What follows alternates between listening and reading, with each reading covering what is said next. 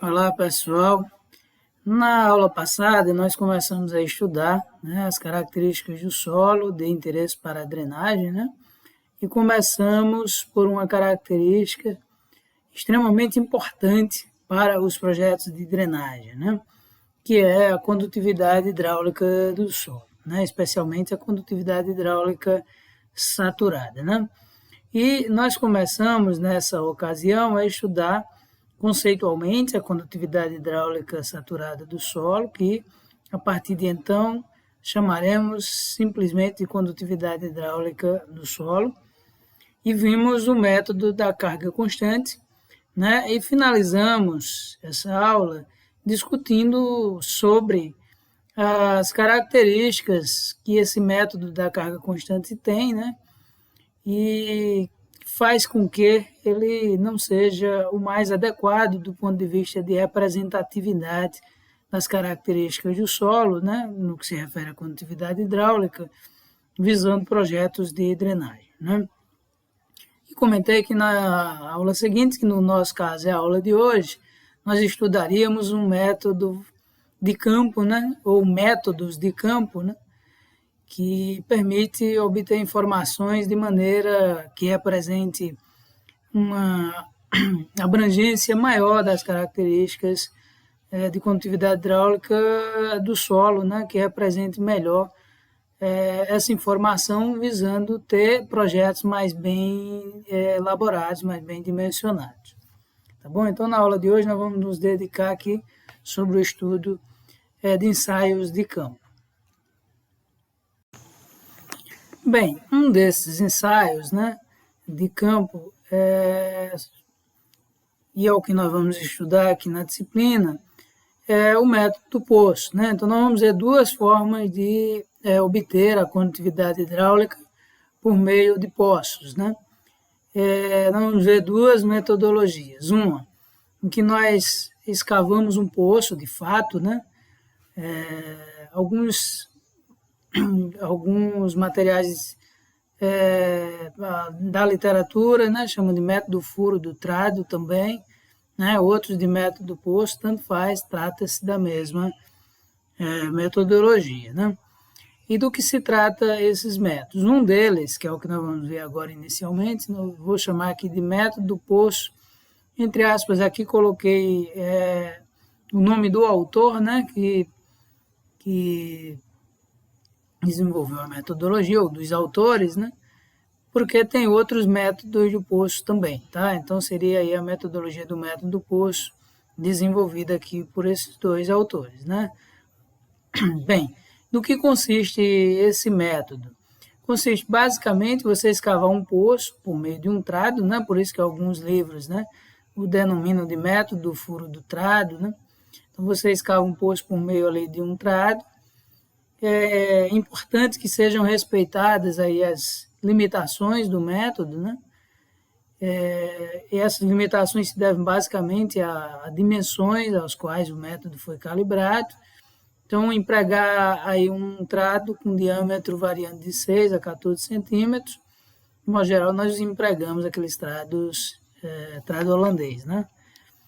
Depois de escavar o poço,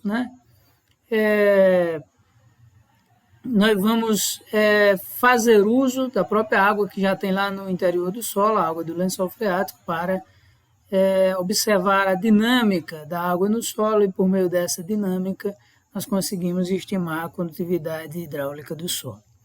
Tá certo? A profundidade desse poço deve ser maior do que uns 30 centímetros a mais que o que nós desejamos de profundidade para a instalação dos drenos. Isso é uma recomendação, porque pelo menos 30 centímetros a mais. Nós vamos ver mais adiante que durante o processo de drenagem, o fluxo de água ele não se dá unicamente acima do nível dos drenos, como também abaixo do nível dos drenos. Então, daí essa recomendação de se fazer o poço com pelo menos uns 30 centímetros a mais do que a profundidade que se deseja instalar os drenos. Tá? Que profundidade é essa? Nós vamos ver mais adiante. Normalmente isso aqui está associado às culturas. Então, as culturas que serão cultivadas ou que são cultivadas nessa área que nos vai indicar qual a profundidade adequada para os drenos, né? Agora, não imaginem que essa profundidade corresponde à profundidade do sistema radicular, tá? Nós vamos estudar isso no momento adequado, no momento mais para frente. Bem, nós devemos escavar esses poços, né? De tal maneira que atenda essa questão da profundidade e também da carga hidráulica, né? O que seria aqui a carga hidráulica? A altura de água dentro do poço, tá? Então, as duas coisas precisam ser atendidas. A carga hidráulica deve estar aqui, entre 40 e 80 centímetros, né? Tem que estar dentro dessa faixa para que os dados obtidos sejam de boa qualidade, né? Representem a realidade. E outro detalhe importante é que, uma vez escavado o poço, nós devemos aguardar um tempo para efetuar o ensaio, né? Para dar tempo a ocorrer ali o equilíbrio, né, entre o nível do lençol freático e o nível de água no poço. Que normalmente esse equilíbrio ocorre aí por volta de 24 horas após a escavação desse poço. Aqui está uma imagem, né, de um poço escavado com essa finalidade. Que época do ano deve ser feito esse estudo, né, de condutividade hidráulica? Preferencialmente na época em que o lençol freático é máximo, né? Para quê? Para que você tenha uma altura do lençol freático que é elevada, e aí na hora que você fizer a leitura aqui da condutividade hidráulica, você fazer, né, a varredura da condutividade hidráulica do solo em profundidade. Então, se o lençol freático está aqui mais próximo da superfície, na hora que você obtém a condutividade hidráulica, na verdade, ela representa aqui a faixa, desde o nível do lençol freático até mais ou menos aí próximo ao fundo do poço. Tá certo? Se o lençol freático está mais alto, essa faixa, né, de representação da condutividade hidráulica é maior.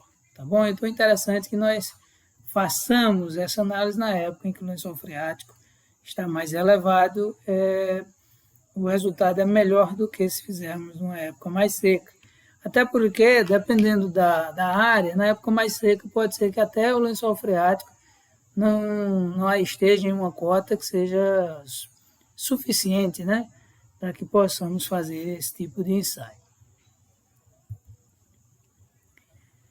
Bem, como que se dá esse ensaio? É um ensaio bem simples, tá, pessoal, de ser feito, exige pouquíssimos equipamentos. Basicamente, o que você precisa é um trato, né? E depois outros instrumentos para fazer aí a leitura do nível de água no poço, mas que nós podemos empregar aí instrumentos simples, que nós já usamos no dia a dia para outras finalidades. Primeiramente, o que é feito no momento do ensaio é o seguinte. Então, a primeira coisa que você faz né, você escava o poço, né? Eu não coloquei aqui porque já havia citado anteriormente, aguarda lá um período de umas 24 horas para vir fazer o ensaio. No momento do ensaio, a primeira coisa que nós fazemos é esvaziar o poço, esgota-se o poço, aí você pode fazer uso aqui de uma bomba hidráulica, né? Uma bomba de pistão, né? Inclusive, essa bomba também você mesmo pode construir uma, né? Basta você pegar uma tubulação, né? Quando eu já dei algumas vezes aula prática aqui com o método do poço, né? Nas épocas mais um pouco antes da pandemia, né? Então, basta que você ponha aqui uma válvula de pé, né, no final de um tubo, adaptar aqui alguma outra tubulação aqui, coloca aqui uma borracha, né, para vedar aqui na parede dos tubos. Toda vez que você movimentar aqui esse êmbolo, né, você vai fazer o bombeamento da água, né? Quando você puxa o êmbolo, ele succiona a água do poço. Na hora que você empurra esse êmbolo para baixo, né, a válvula de pé vai fechar e a água não retorna, ela, portanto, força essa borracha aqui e vai para a parte de cima aqui da tubulação, fazendo aí o esvaziamento do poço, né? Mas pode-se utilizar também de bombas comerciais para essa finalidade. Bem, uma vez esvaziado o poço, você começa a registrar a posição da água dentro do poço, né? e, obviamente, a cada momento que você lê, ela está mais alta, né? Por quê? Uma vez que você tira a água do poço, você vai ter a seguinte situação. Você tem lá o poço, inicialmente a água vai estar lá no mesmo nível do lençol freático, aí você vem extrai essa água, ela vai ficar num nível mais abaixo, né? E, naturalmente, a água que está lá no lençol freático vai começar a movimentar por conta aqui do gradiente hidráulico para dentro do poço, né? Então, o nível de água aqui no poço vai cada vez mais, né, recuperando o seu nível, até que depois de um certo tempo ele volta a entrar em equilíbrio novamente. Então, o que nós fazemos, na verdade, é medir, né, o nível de água aqui de tempos em tempos, e anotamos ali, registramos isso em uma tabela, em que uma das informações é o tempo e a outra é o nível de água aqui dentro desse poço. Baseado na velocidade de recuperação de água aqui no poço, é que nós chegamos na condutividade hidráulica. Tá certo? Então, o método, na verdade, é algo bem simples, né? O que é que nós fazemos? Nós medimos a velocidade de recuperação de água aqui no poço e é baseado nessa velocidade que nós estimamos a condutividade hidráulica. É óbvio, né? Se nós tivermos um solo arenoso, né, com condutividade hidráulica elevada, essa velocidade aqui de recuperação vai ser alta. Se for um solo muito argiloso, essa velocidade de recuperação aqui vai ser baixa. Então, na prática, o que nós medimos é a velocidade, né, de recuperação aqui do lençol freático. Bem, como que eu faço para medir, né? Então, essa é uma pergunta importantíssima. Eu falei aqui de uma maneira tão, assim, em termos de etapa, né, parece algo muito simples, e de fato é mesmo, né?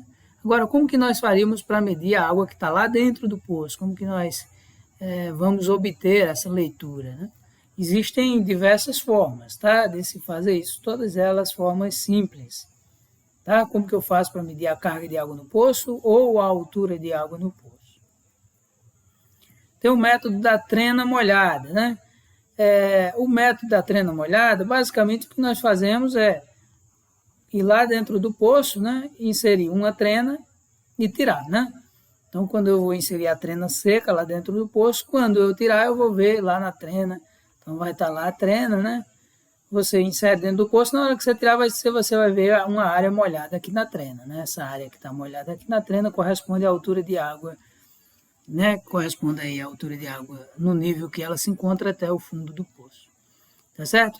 O que eu meço com isso? Carga hidráulica, altura de água dentro do poço, né? Então, seria aqui a distância entre o nível da água no poço e o fundo do poço, e é a carga hidráulica, que nós chamaremos de H, tá certo?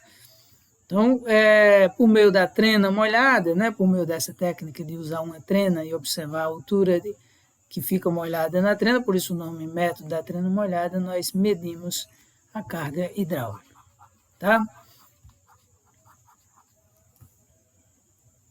Está aqui uma imagem, né?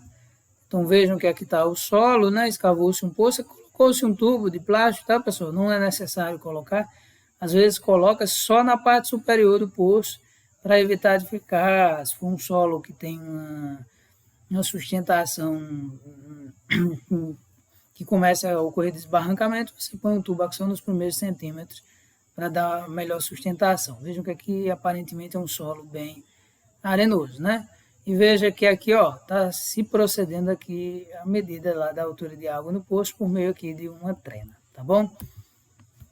Você pode usar um sensor de pressão, aqui está uma imagem ó, de um sensor de pressão. Você insere o sensor de pressão lá dentro, né, ele vai até o fundo e você mede a pressão.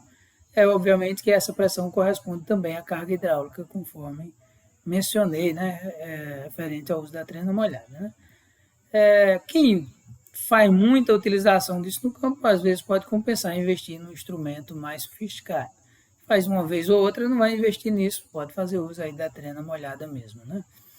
Qual é o interessante de um sensor de pressão? Você o põe lá no fundo e você pode ficar registrando esses dados num dispositivo, né, que grava esses dados. Aqui está dando, por exemplo, a opção de um laptop.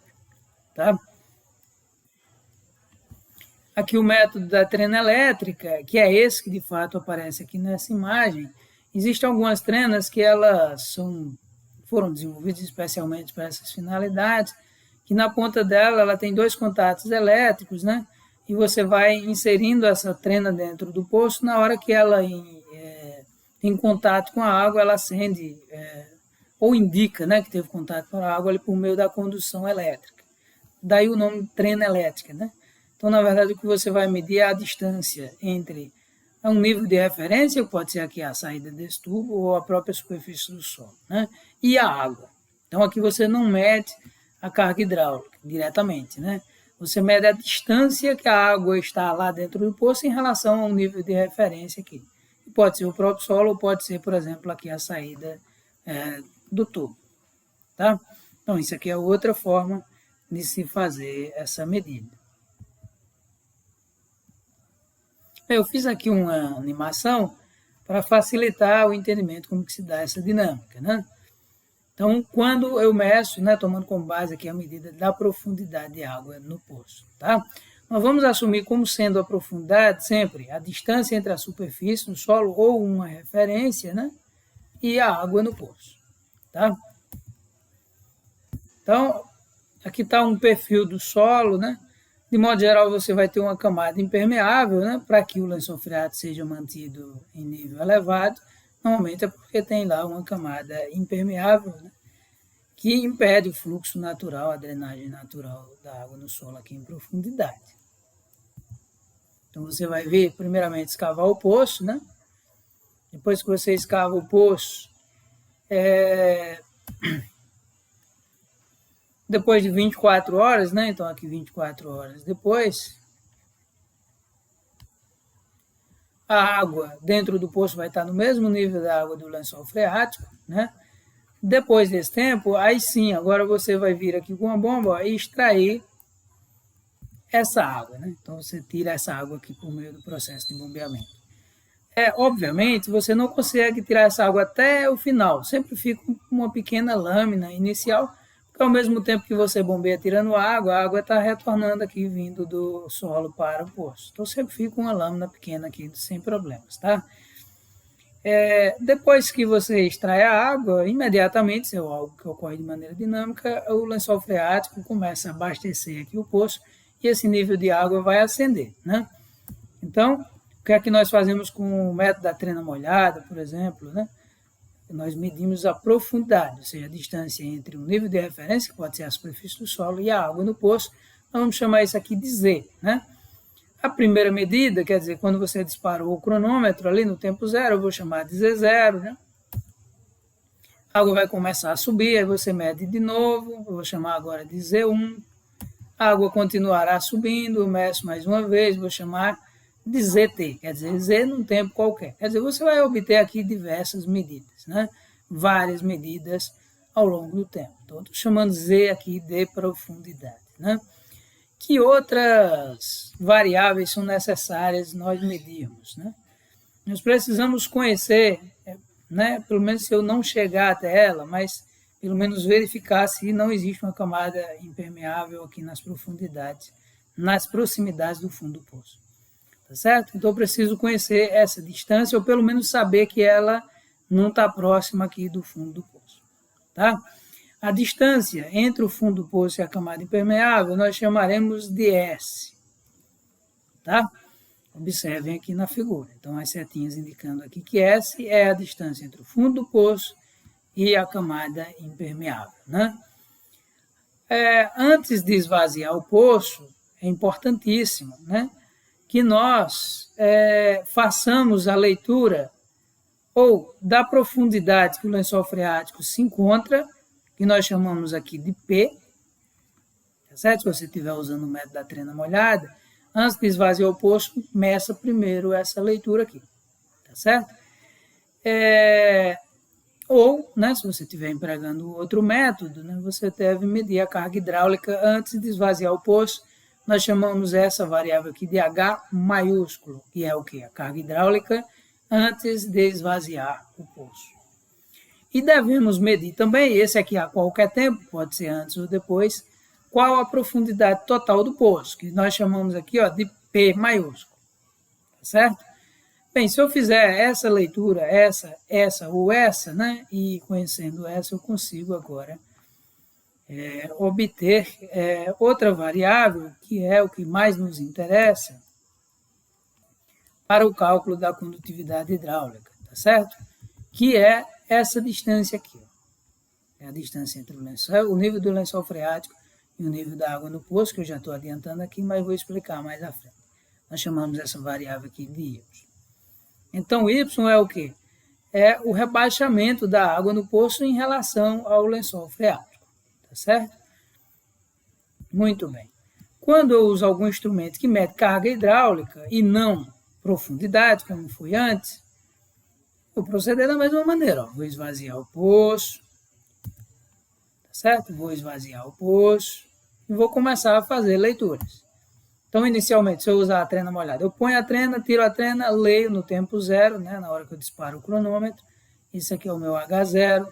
Depois de algum tempo, leio de novo, vou anotar H1, vou H2, H3, até a última leitura que fizermos, né, que vou chamar aqui de HT, um HT qualquer. Né? Isso aqui não indica que é a última, tá, pessoal? Uma leitura qualquer, até chegar numa última leitura. Tá certo? Mais à frente um pouquinho eu vou explicar como que nós sabemos qual o momento de parar de fazer leituras. Tá bom? Então, a dinâmica é igual à anterior. O que muda é o instrumento. Então, na anterior nós vamos usar uma trena elétrica para medir essa distância entre esse ponto e esse. Nessa daqui nós vamos medir a altura de água dentro do poço. Notem que as mesmas variáveis aparecem aqui. Ó. Profundidade total do poço, P maiúsculo. Carga hidráulica antes de esvaziar o poço, que corresponde ao nível do lençol freático, H maiúsculo, e P a profundidade aqui do lençol freático. Tá bom? Bem, se eu faço de um jeito ou do outro, né, essas leituras, não muda em nada no resultado, tá, pessoal? O que muda é a forma como fazemos as contas para chegar na condutividade hidráulica. É só isso que muda. O resto, a dinâmica é a mesma, isso é executado da mesma maneira, né? Então, a diferença é só álgebra, tá bom? Bem, uma vez obtidos esses resultados, aí sim nós aplicamos a equação, no caso aqui nós vamos aplicar aqui a equação de Ernest, né? Aplicada aqui ao método do poço, né? Bem, esses autores, né? Esse autor, ele recomenda aplicar as seguintes equações, né? Ele separa a equação do cálculo da condutividade hidráulica, aqui que é K, né? Em duas situações. Uma é se, então prestemos muita atenção nisso, ó. Se S, lembremos o que é S, né? S, vamos voltar na figura anterior. Essa é a distância entre o fundo do poço e a camada impermeável, né? Daí que eu falei que é importantíssimo, né? Verificarmos a que distância a camada impermeável se encontra. Então, se S for maior do que H sobre 2, o que é H? Ó? H é a distância entre o lençol freático e o fundo do poço.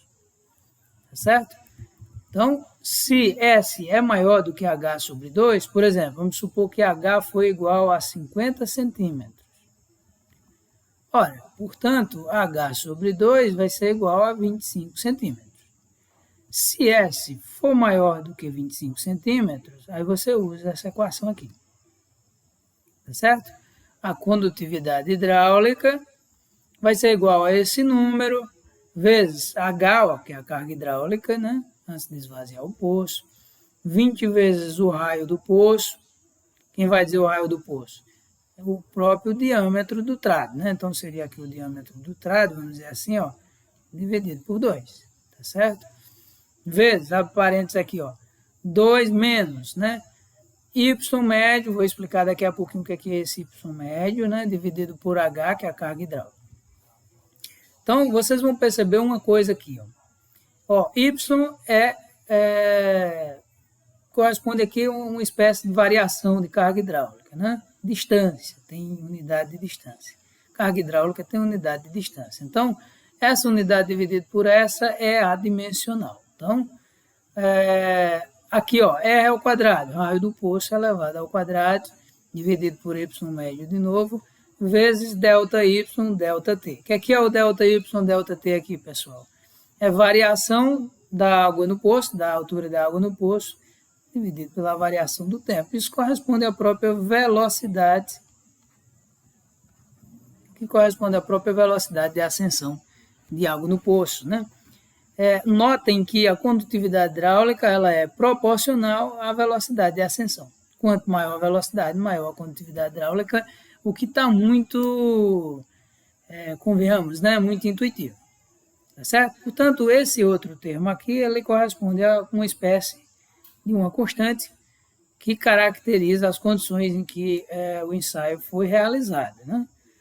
Tá certo? Então, isso aqui caracteriza a questão dos gradientes hidráulicos e aqui caracteriza, aqui, por exemplo, o diâmetro do poço, a carga hidráulica inicial, tal, né? Portanto, vocês vão verificar aqui com muita facilidade, ó, que esse termo aqui, ó, ele é adimensional. Opa! Esse termo aqui, pessoal, ele é adimensional. Não tem dimensão.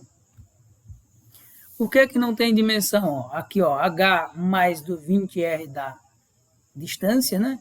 Vamos supor centímetros, vezes esse outro termo que está aqui entre parênteses é adimensional, dividir o centímetro por centímetro, vezes Y, também em centímetro, né? Colocar tudo na mesma unidade. Então, deu centímetros ao quadrado. Em cima, ó, no numerador, nós temos R ao quadrado. Se eu entrar com A em centímetros, vai dar centímetros ao quadrado, ó, cortou, e, portanto, deu adimensional. Esse termo não tem dimensão. Qual a curiosidade sobre isso, né? Se vocês pegarem os livros de drenagem, de uma maneira geral, todos que eu já vi, é assim. Não aparece esse 4,63 lá, tá, pessoal? Aparece aqui, se eu não me engano, se eu não estiver enganado aqui agora, 4.000. Eu não uso esse 4.000, eu preferi usar aqui 4,63, porque eu percebi que esse termo ele era adimensional, e esse 4.000 aqui era só um conversor de unidades, e aí você tinha que ficar decorando qual a unidade que entrava para H, qual a unidade que entrava para R, para delta Y, delta T, e depois saiu uma unidade lá sem qualquer sentido, né, para a condutividade hidráulica. Então eu preferi verificar que, na verdade, esse 4.000 aqui era uma multiplicação aqui de fatores de conversão de unidades, e tenho apresentado a equação dessa maneira, né, mesmo que não apareçam aí nos livros dessa maneira, né. Por que eu fiz dessa forma, né? Porque é mais por uma questão de avaliações. Então, quando chegava na prova, o pessoal errava muito essa questão aqui das unidades, por ter que ficar decorando as unidades. Do jeito que está aqui, não tem como errar unidades. Como errar tem, né, pessoal? Sempre tem, mas torna muito mais fácil de você não errar, né? De você acertar, né? Porque você não precisa decorar a unidade. Você vai saber que esse termo aqui ele é adimensional, quer dizer, se você entrar com a distância toda na mesma unidade, ele não vai restar unidade alguma, e, portanto, a unidade da condutividade hidráulica do solo corresponde à própria unidade de velocidade aqui. Portanto, se você entrar aqui em centímetros, já que você entrar em segundos, o resultado vai sair em centímetros por segundo. Se entrar aqui em metros e aqui em dia, você vai ter metros por dia. Basta fazer a escolha para esses dois termos aqui, você já vai ter a própria unidade da constante hidráulica do solo, tá? Muito bem. Da condutividade hidráulica, melhor dizendo. Agora, tem outras variáveis aqui que a princípio não expliquei ainda o que é. Por exemplo, o que é Y barra, né? Y médio. Bem, aqui tem duas equações que permitem fazer o cálculo aqui do Y médio. Mas, né, eu vou explicar melhor aqui mais adiante, tá bom? Porque do jeito que está aqui, não é suficiente para que vocês possam compreender. Vou explicar na forma de figura.